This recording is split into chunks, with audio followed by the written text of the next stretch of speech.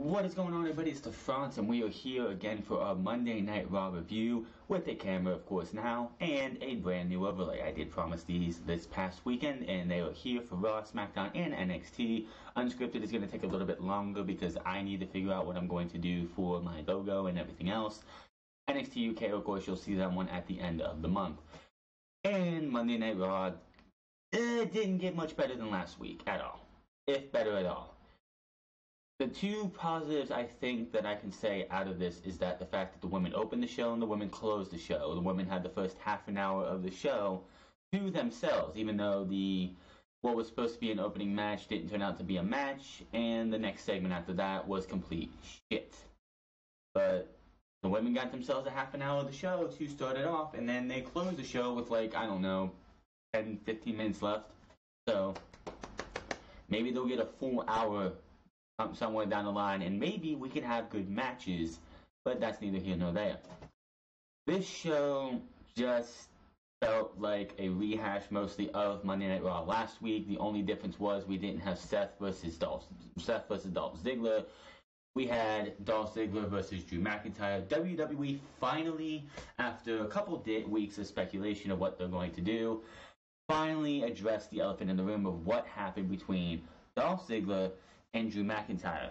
We went from Dolph and Drew coming back to Monday Night Raw, Dolph and Drew taking over over Monday Night Raw for the most part, winning the tag team championships, to forming an alliance with Braun Strowman, as you see over there, to just dissolving and Drew McIntyre moving on his own. That was just how WWE wanted to put it. They wanted you to pretty much forget that Drew McIntyre and Dolph Ziggler were even a thing. So why would we care about what we got tonight? Instead of the big blow off between Dolph Ziggler and Drew McIntyre should have been a big pay-per-view match. Instead of Finn Balor versus Drew McIntyre at TLC again, we should have had Dolph Ziggler versus Drew McIntyre in a tables match. I would have enjoyed that. I don't know about you, but I would have enjoyed that. They didn't do that. They didn't do that one iota. They decided, well, we forgot all about this. We forgot that these two were actually a tag team at one time, so we needed to figure out what we were going to do to break them up. So, yeah, it happened tonight in what Baron Corbin like to say, the Drew McIntyre Appreciation Night, after what he has done for Drew McIntyre over the last few weeks. Quote unquote breaking up the Shield, which was really because of what happened to Roman Reigns, not anything Drew McIntyre did, to Kurt Angle putting over Drew McIntyre in I think one of the best ways possible, to Braun Strowman getting taken out. That was pretty much what happened tonight for everything else. Then of course we had what else but first, Bobby Roode and Chad Gable wanted to have another shot at the Tag Team Championships, even though they lost clean because of a distraction, but they still lost clean. Drake Maverick didn't get on the apron and just hit one of them or something. They lost clean, whether you like it or not. Baron Corbin gives them a chance if Bobby Roode beats Drake Maverick, and you just know where that's going from there. Corbin throwing his weight around left and right. The women are now being overseen by Alexa Bliss, who's trying to pretend like she cares about everybody on the women's roster. And I will say, all the women that I can think of the Raw roster actually was on this show in one form of capacity tonight, from the opening segment to the ending segment. The opening half an hour, I should say, to the ending segment. As far as I'm sure, every woman on the main roster for Raw got used tonight, which I guess is commendable for WWE to actually utilize their talent. Were they all utilized the right way? Not really, but it was still the fact that they all were used one way or another, and it is what it is. Before Raw officially started, they had a 10-ball salute for former President George H.W. Bush passing away. I think it was last Thursday or Friday. So nice little sentiments for them right there. And then right away, I'm thinking, oh, we're just going to get another Baron Corbin. We're just going to get Baron Corbin again. But nope, Ronda Rousey's music hits, Bad Reputation by Joan Jett hits. And I'm like, whoa, we're going to have a match. I honestly thought, first off, that Ronda Rousey was coming out. She was going to cut a promo for their match at the end of the night, which I figured this was going to be the main event anyway, just because it's Ronda Rousey and they want to make her the main event. Then you hear the bell ring in the following contest, and I'm like, whoa, we have a match to start off Raw? Whoa, mind blown. When was the last time? I think the last time Monday Night Raw started off with a match was the Gauntlet match in February. I could be totally wrong, but that is the last time I remember Monday Night Raw starting off with an actual match. Was it a match anybody wanted to see? No, not at all. Not at all. Well, Rousey and Natty were in the ring. Jackson and Tamina were the two. The Riot Squad come out, and Liv Morgan and Sarah Logan are holding a table. They're bringing it down the ringside. That gives Tamina and Nia Jax a chance to start beating down on Ronda Rousey and Natalya. Natalya gets sent out to the outside to where the Riot Squad can grab her. Tamina and Nia Jax work on Ronda Rousey, and they beat her down some. Liv Morgan and Sarah Logan pick up the table. They set it up, and lo and behold, they put her through a table with a super kick from Ruby Riott and a double powerbomb by Liv Morgan and Sarah Logan. Nani is done for the night. They show that, like, we come back from commercial break, and Ronda Rousey is helping Natalya to the back. She's, like, in pain and agony, holding her arm like this, literally like this. And Rousey's like, we need some help over here, and some people help, and last thing you see is the "I'm gonna kill you" face from Ronda Rousey, which if she has that type of face on, you should just want to run. What I want to say though about Ronda Rousey is stop coming out smiling. Doing this, especially after you are feuding with somebody and you're going to be in a match with that person. I mean, at the end of the night in the main event, yeah, she did what she should have did. Come beeline to the ring with the "I'm gonna kill you" face on. But coming out and like, "Hi everybody, it's me, it's Ronda Rousey, it's me," it just kills her character. She's supposed to be the baddest woman on the planet, and you're having her come out and just be like, hi, and it's just, I watched the TED Talk thing from November 10th, 2018 with Eric Bischoff. I was just like, what is this guy doing on TED Talk? I've seen one with Kermit the Frog a couple months ago. It just showed up on my YouTube feed, and he was talking to everybody there that wrestling is not supposed to make you think, it's supposed to make you feel happy, angry, it doesn't matter which side of the coin. It should make you feel happy or angry or one of those emotions. You shouldn't have to think about things. But all I'm doing through Monday Night Raw is thinking of, why is this happening? Or why is that happening? Why is Ronda Rousey continue to smile? Why is the open forum that they did in the very next segment happening again? It's just so mind-boggling that WWE just wants to take what should be good about wrestling and making you feel like, oh, I don't like Drew McIntyre, or oh, I love Finn Balor, he is an awesome person, or I hate the Riot Squad. And it's just like WWE just doesn't know what the hell they're doing, and it feels like tonight, just like last week, was written by Vince McMahon from start to finish. It just did. We had the open forum again. We had Baron Corbin pretty much coming out and throwing his weight around again. Finn Balor actually looked like he was starting to, gain a little momentum. And then at the end of the night, he just goes from here all the way back down again by getting beat down by Drew McIntyre. Who, conveniently, he wrestles at TLC. There's still a chance that is going to end up being a six-man match like we had in 2012 against Ryback and the Team Hell No versus The Shield. This time it would be Drew McIntyre, Bobby Lashley, and Baron Corbin versus Finn Balor, Elias, and a third member who could possibly be a guy who helped Finn Balor out later in the night, which it's either going to be Dolph Ziggler or Apollo Crews. I'm going for Dolph Ziggler after what happened tonight. Alexa Bliss is out. Yeah, she reminds us of being made part of the women's division's head, and I'm like, ugh. Now, Alexa Bliss can talk on the mic. She can. If she were to be an unbiased authority figure, then she would do well. If she was more of a page who doesn't take flack, doesn't give a shit what you say, and tells you how it is, she would do well. But we know how she works. She is a heel. There is absolutely no reason for her to be here. It just does not work. Oh boy. I don't even want to talk about this open forum again. Why must we go through this again? It was ridiculous the first time. It's going to be ridiculous the second time. WWE, just let's rehash something that didn't work. Sasha Banks and Bayley want to be the first WWE Women's Tag Team Champions, and again, I still do not want to see these championships happen because WWE doesn't even know how to do this stuff right.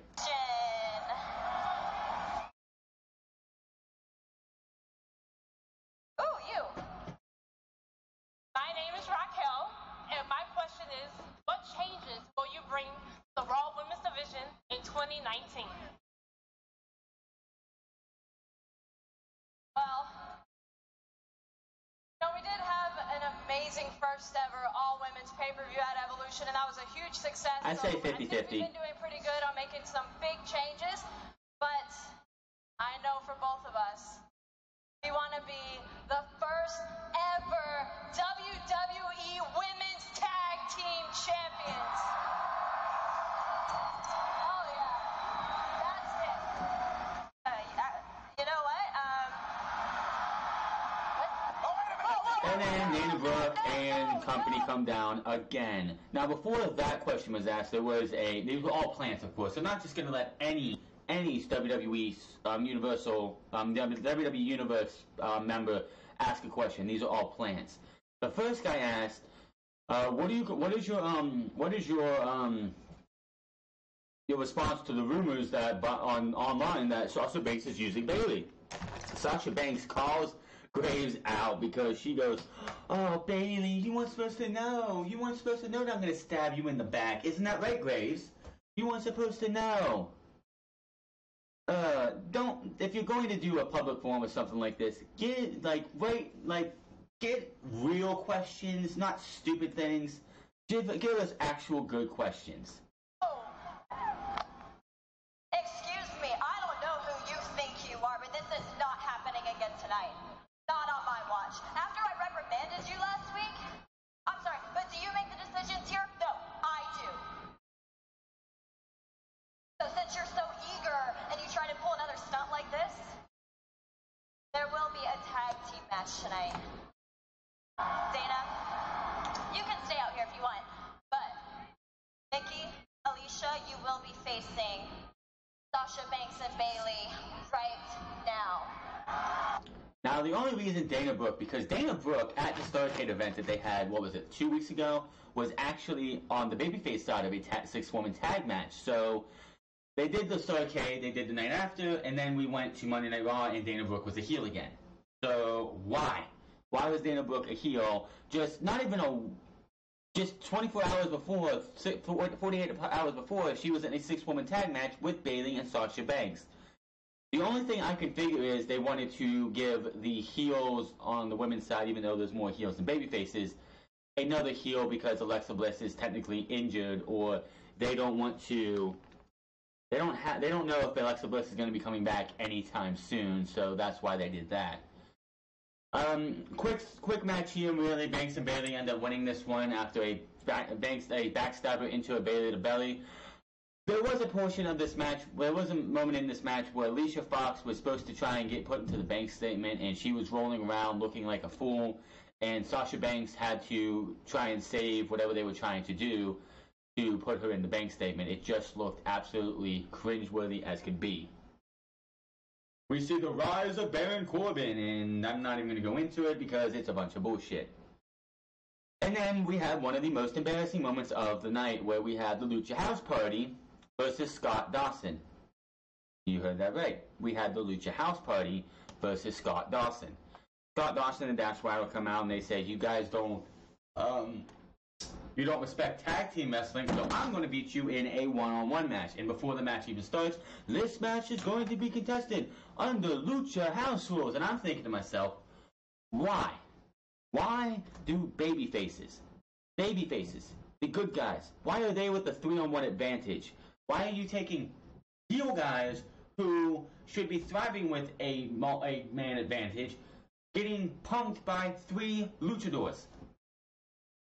And you have the Lucha House Party when it's announced this is Lucha House rules in the ring, celebrating. I'm like, what the fuck?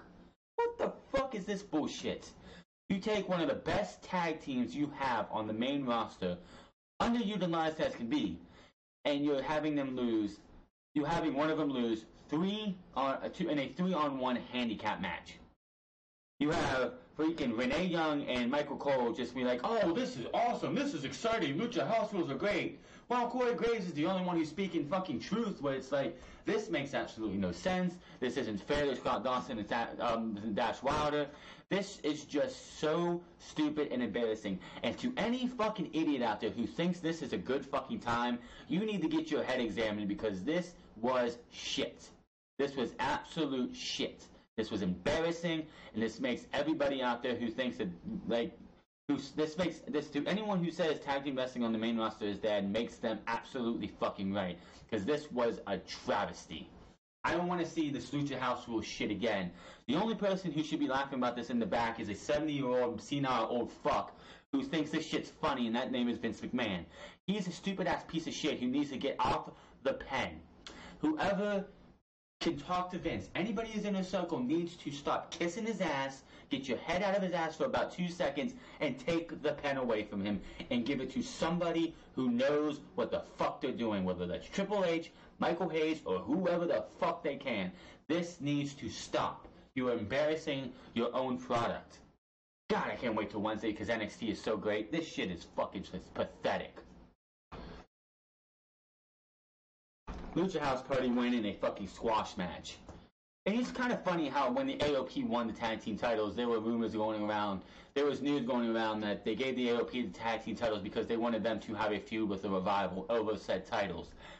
Not after what we've seen. Give me a damn break. Not after what we've seen over the last few weeks, because this has just been a joke.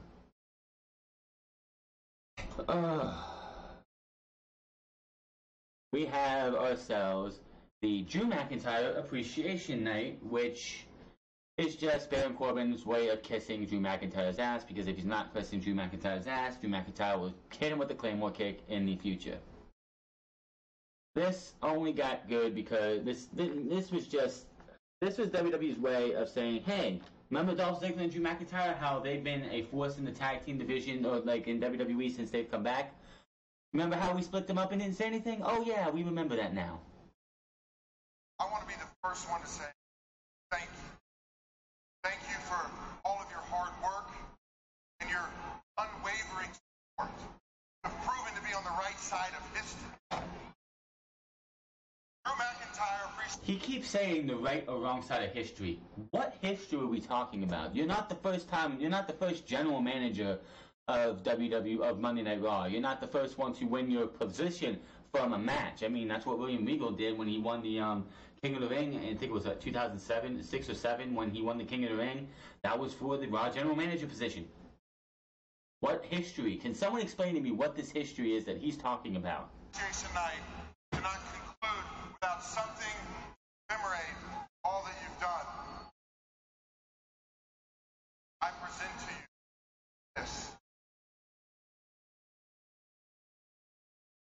And it's a little tiny gold medal in a box. Drew, now that you've rid us of Kurt Angle, Raw needs a new gold medalist. I hereby award you Raw's Gold Medal of Excellence. Yeah, nobody cares. Gold Medal of Excellence, I like how that sounds. Gold medal of excellence, my ass. Wow. Thank you, Mr. General Manager-elect. This really does mean the world to me.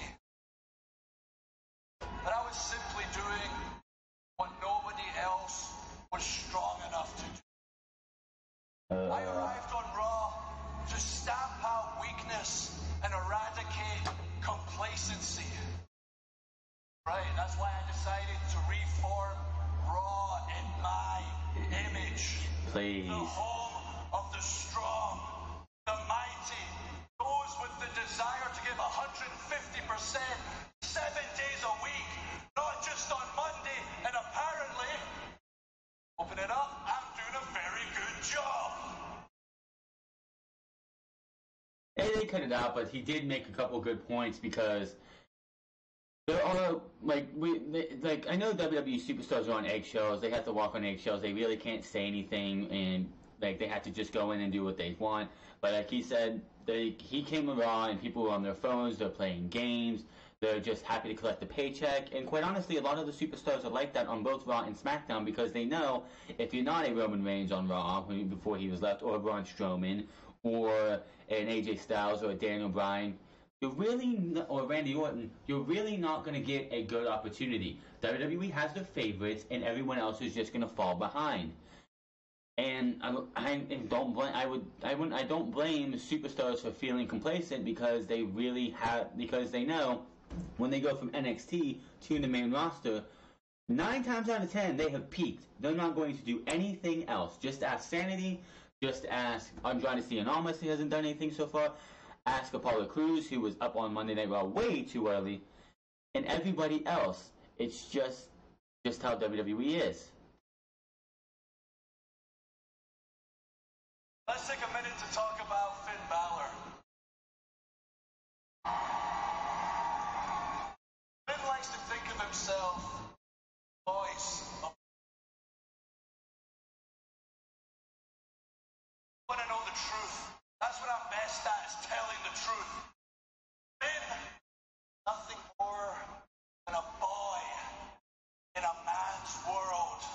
And at TLC, I am going to hurt him. I am going to break his spirit. And I'm going to continue. I don't get it. We dominated Raw. I was the brains. You were the muscle. We took everybody down. I think my invitation to your little party got lost in the mail. This was by far the best they could do for Dolph Ziggler Drew McIntyre breakup. That should have happened, I guess, after Survivor Series. This is the best they could come up with, though.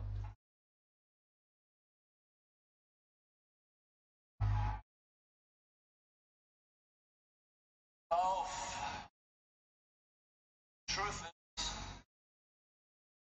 we're never invited.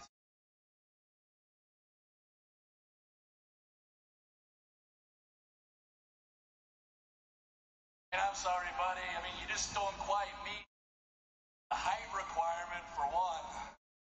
We're still on the short joke shit. Seriously. Like, it's just so petty. They've done it with Finn Balor. They've done it with Dolph Ziggler now. Fat jokes and short jokes have got to fucking go. Period. They're just not funny. Oh, you don't meet the height requirement. Oh, you have a planet on your stomach. It's just not funny.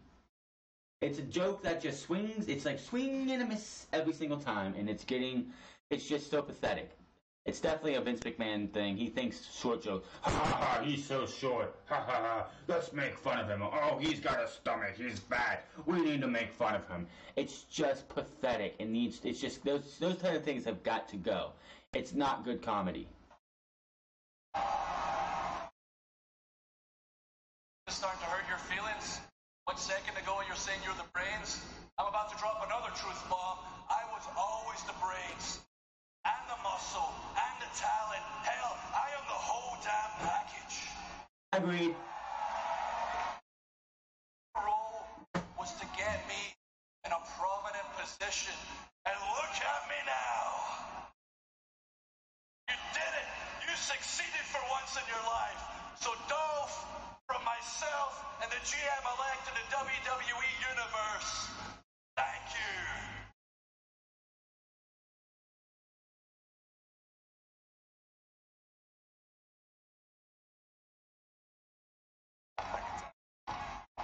And then Ziggler attacks. Can't blame Dolph Ziggler for this.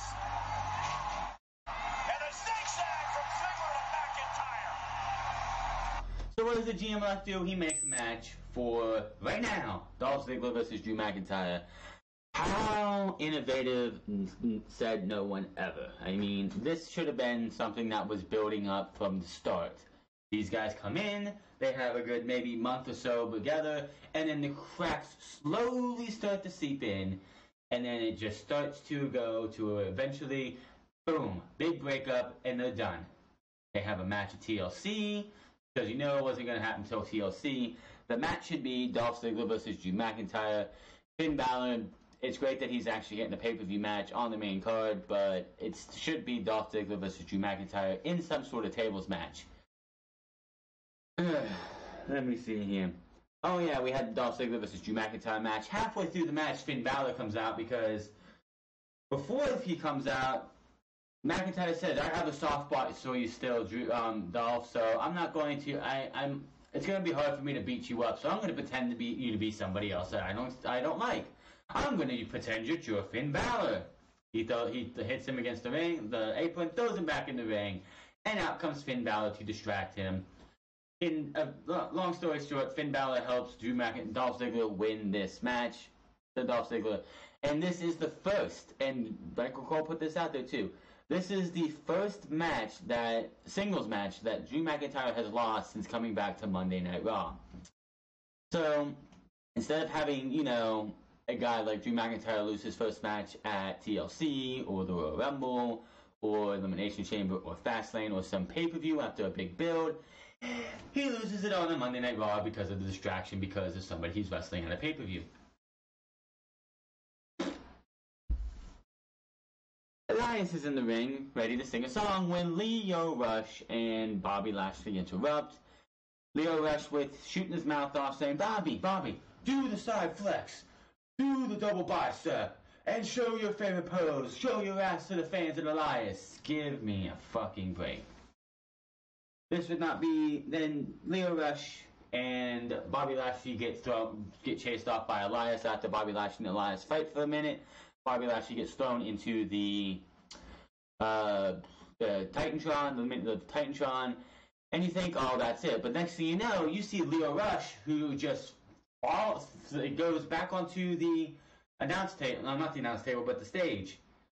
And then he eats a guitar in the back, and it turns out that Finn Balor was the one to grab Lio Rush and throw him back up. So, unlike last week when both Elias and Finn Balor got beat the hell out of by the group of Drew McIntyre, Bobby Lashley, and Baron Corbin, now these two are working together and like they're buddy-buddy now. Okay. Makes no sense to me that you wanted to do that. We go to the back, and the general manager-elect is in with Jinder Mahal, and Jinder Mahal wants Finn Balor for tonight. Then Slater and Rhino brought in, and this just made no sense to me. He says, you guys have been here, you are the SmackDown Tag Team Champions, the first ever SmackDown Live Tag Team Champions, let's not forget that. But according to my calculations, he looks at his little photo thing for a minute, goes like this, and then says, there's only enough Raw for one of you. So tonight, Baron Corbin booked a loser leaves Raw match, which haven't had a loser leave Raw match probably since Matt Hardy versus Edge in 2005. Where Matt lost and ended up going to SmackDown, but they were in a heated feud. This makes no sense. This is, of course, just Baron Corbin throwing his weight around. I like a good old loser leave town match if it has the right build. This does not have the right build, and it is what it is. We come back from break, and Bobby Roode versus Drake Maverick. If Roode wins, he and Gable get a rematch against the AOP because they did come into Baron Corbin's office earlier in the night and demand the rematch. He said no, but if Drake Maverick loses to Bobby Roode, then they get a rematch. Only condition is AOP and Chad Gable are banned from ringside. A lot of problems with this. First off, when the AOP were in NXT, they were domination. They struck fear in their opponents. They were ruthless. Their manager is cowering to come to the ring. Their manager is cowering in a corner. Their manager is getting beat down in a corner by Bobby Roode. Their manager is making them look weak. And then, while Bobby Roode's beating him down, we go to the Titantron. And Chad Gable is getting beat down by the AOP. Baron Corbin comes in and says, Look, I changed my mind. It is now a 3-on-2 handicap match. That match has already started, so go. AOP come down, and Chad Gable eventually comes down. Bobby Roode gets pinned by Drake Maverick in the end. So, let's review. Anybody who says tag team wrestling on the main roster is fine, you are a loser. You are an idiot, and you don't know what the hell you're talking about. Tag team wrestling past the NXT brand is dead. Your tag team champions on both shows are made to look like jokes, made to look like fools, and made to look like buffoons. So why the hell would anybody trust tag team wrestling on the main roster? I really hope the Young Bucks do their own wrestling federation, their own wrestling promotion, because them coming to WWE is going to lead to stuff like this. PP jokes, pissing on somebody's fucking robe, and then having the manager of your tag team champions looking like a buffoon and a fool until the AOP come down to save his ass. Would you have had this type of, the closest you saw this with the AOP and NXT was during the Dusty Rhodes Tag Team Classic 2, where they went in the finals when you had Paul Ellering up in a shark cage. That's the closest. And I would rather see that than what we saw tonight. This was just a travesty and more embarrassment for your tag team divisions. And then we come back from commercial break and you hear sirens. And you see 6 men. I believe it was 6 men coming to the ring side area in gas masks. SWAT team in gas masks. And those guys were there. I knew immediately what it was for. I knew immediately that it was for Dean Ambrose, because if anybody with a brain realized what he was talking about last week, Dean Ambrose got all the shots, inoculations, whatever, and he still wanted to come out with a guys full of gas masks.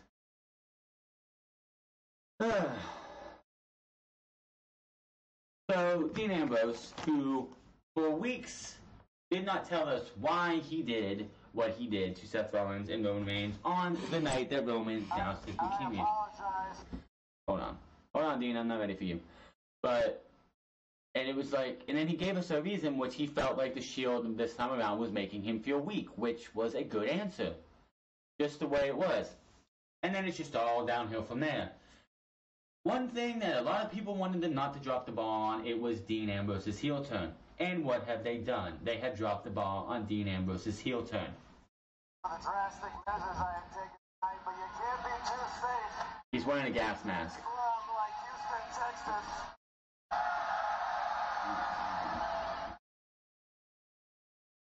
Now, I need these measures not just to protect me from you people and whatever diseases you may all be carrying. We always have to go to the people who have diseases moniker for any heel, it seems like. I mean, look at Randy Orton on SmackDown. What he did to Jeff Hardy. All the attacks he did. All the, the through the ear thing with the screwdriver in his finger. It doesn't hurt, I guess, from people who actually have those. I don't have gauges, as you can see. But it's still a visual spectacle that just makes you want to turn your head and throw up. Dean Ambrose should have been Randy Orton, like the Raw version of Randy Orton in this feud, and he's not. It's just a sad character. He's like a heel version of babyface Dean Ambrose, and it's just not working. It's just not working, and it's quite honestly just annoying. I apologize for the drastic measures I have taken tonight, but you can't be too safe in a dangerous slum like Houston, Texas.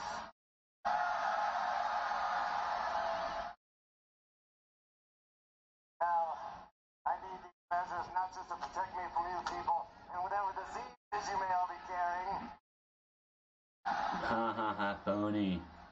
I need measures to protect me from that madman, Seth Rollins. Hit him. But yet you take the gas mask off anyway. Man, this show sucks. Last time I was in this ring, I was viciously attacked by Seth Rollins, unprovoked. Or maybe the last couple weeks I have said something trying to trigger Seth, and I must admit I was a bit surprised for a guy who fancies himself as the architect and always in control of himself, wasting his emotions. It was pretty easy to rile him up. Seth Rollins. Okay, I've never seen Jon Moxley from CZW or any other promotion that he's at, but I honestly, it just feels like Dean Ambrose turned heel, but has not changed his mannerisms, has not changed his attitude, has not changed anything about him since he started talking after that first promo, where he said that he felt like the Shield made him weak. He just feels like the same Dean Ambrose that we've had since 2014 when the Shield broke up. When you turn heel, you're supposed to change just a little bit of yourself. He hasn't done that. He really hasn't. He's just going from talking shit on the opponent he's going against to talking shit on the opponent he's going against and the fans. So, what has changed? Someone answer me that. Just like all of you people. Needy and emotional.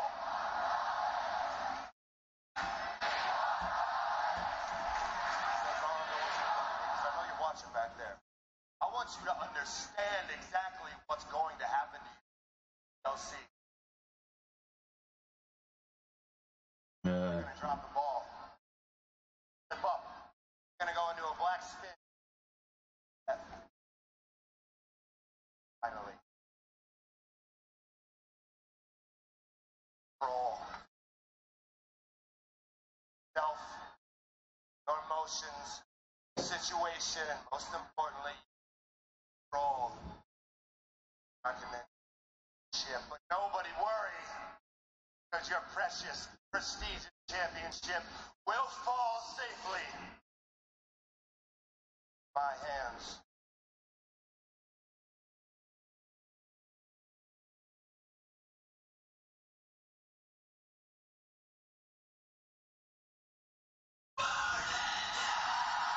Alright, Seth Rollins comes out. And the King Slayer's had enough. And he just tosses. Seth Rollins comes out, but Dean Ambrose sends a couple of his cronies up to the ramp to try and intercept Seth Rollins. Seth Rollins came in through the timekeeper's area. It took out the ones back in the back. Comes in the ring, throws out Dean Ambrose, and starts taking out all members of the quote-unquote SWAT team. The A lot of things about SWAT team. Rollins over the past few weeks, and Rollins has had enough. And now the emotional outburst by Seth Rollins, taking it out on these SWAT team members. Rollins is cleaning house. Why are you going to call them SWAT team members? And we all know that's not the case. Why don't you just call them Dean Ambrose's cronies or something? This dude just gets powerbombed over to everybody else. And Dean Ambrose just threw that SWAT team member. Dean, as a heel ever, as a chicken shit heel, runs away, but Seth Rollins goes after him. Chase to throw down in the WWE Universe. Long story short, Seth Rollins and him battle into the arena, around a little bit in that little fan area. They come back. Dean Ambrose grabs one of the gas masks, hits Seth Rollins in the face. Dirty Deeds on the outside, back inside, another Dirty Deeds. He says he's the only genuine person in WWE, and that was that. And then we had a quick-witted 2-minute loser leave Raw match where the loser gets fired, the winner keeps his job. But what kind of job? Heath Slater wins this match in about 2 minutes with a neck breaker off the rope. I think this was them letting Rhino off because Rhino is probably going to be like retiring or whatever. Maybe he's going to become a producer. They have no any reason for him to be an active competitor anymore. So why quietly have him go away when they can just have Heath Slater win? We come to the back. Heath Slater's like, thank you for like whatever, because Baron Corbin comes in and says, congratulations, I'm glad to have you on Raw. Slater's like, can I do anything for Rhino? Corbin's like, you can do your job, and now for your uniform. Baron Corbin says that you're no longer an active competitor, you are now a referee. So Heath Slater is a ref now. Okay, so is this gonna be something that happens for 2 weeks for next week, or is this gonna be a permanent thing? I don't know. I have no idea. I highly doubt that after TLC, Baron Corbin is gonna be the GM. We'll just have to wait and see. Then we had Finn Balor versus Jinder Mahal.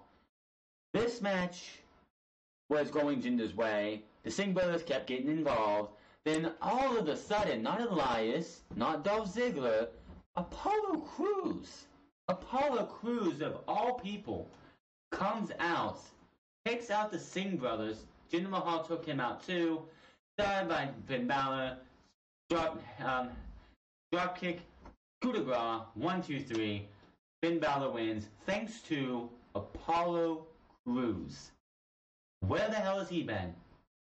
Where the hell was Apollo Crews last week when Finn Balor and Elias both got their asses beat? I don't know. So it's either going to be Finn Balor, Elias, and Apollo Crews, or Finn Balor, Elias, and Dolph Ziggler versus Drew McIntyre, Bobby Lashley, and Baron Corbin, if that's how they want to go. And of course, if Braun Strowman can't make it. Rousey, of course, early in the night, lambasted Alexa Bliss for running running this show. Alexa Bliss is like, I did not know that was going to happen. Alexa Bliss is like, you can make a tag team, you can have the tag team match later, and I will help you find a partner. Ronda Rousey said, I'll find my own partner. And quite honestly, who has not been used tonight? So far, in the night, up until the main event, we had, before this match, Finn Balor was in the back being asked by Charlotte Caruso, and he's like, it was a hell of a night. Drew McIntyre came out and beat the hell out of him. So everything that we had Finn Balor go through, and everything to make him look like he was starting to look a little bit strong, wasted. Back to the women. Who was the only woman so far tonight not been used? Sasha Banks Bayley, Nia Jax, Tamina, Ronda Rousey, Alexa Bliss, the Riot Squad, Natalya, Dana Brooke, Alicia Fox, and Mickie James all were on this show at one time or another. Who had not been used yet? Lo and behold, Ember Moon. It was the only choice, absolutely. For two reasons. One, because she had not been seen on this show yet. And two, this still goes back to when she... And WWE has been pissing me off with this. I know Nia Jax was the one to introduce Ember Moon to the Raw roster back in April. How dare you sit there and call Ember Moon a protege to Nia Jax? Ember Moon has been in the wrestling business and has been in wrestling for 11 years. Nia Jax made her NXT debut in 2015. 3 years to 11 years. And you're going to sit there and continuously insult Ember Moon by saying she looked up to Nia Jax like a couple weeks ago. She's looked up to Nia Jax to come into WWE. Give me a fucking break. Nia Jax should have been a protege to Ember Moon because Nia Jax is still green as fuck, still should not have been brought up to the main roster when she did. She is still not somebody who should be trusted on the main roster, but yet here we are. That shit pisses me off when you sit there and say stupid shit like that. It's just, Nia Jax has been, whatever. Ember Moon's been in the wrestling business for 11 years. She was Athena, I believe, on the Independence, which I honestly like that name. I think I wish she could have kept that one. Ember Moon's not bad either, but Athena, awesome name. Awesome name. To have Michael Cole go out and say, Ember Moon wasn't a protege to Nia Jax until Nia Jax threw it to the wayside. Fuck you, Michael Cole. Fuck you, Vince, for saying that shit. That's just you shitting on somebody who had a name for themselves before they came to WWE.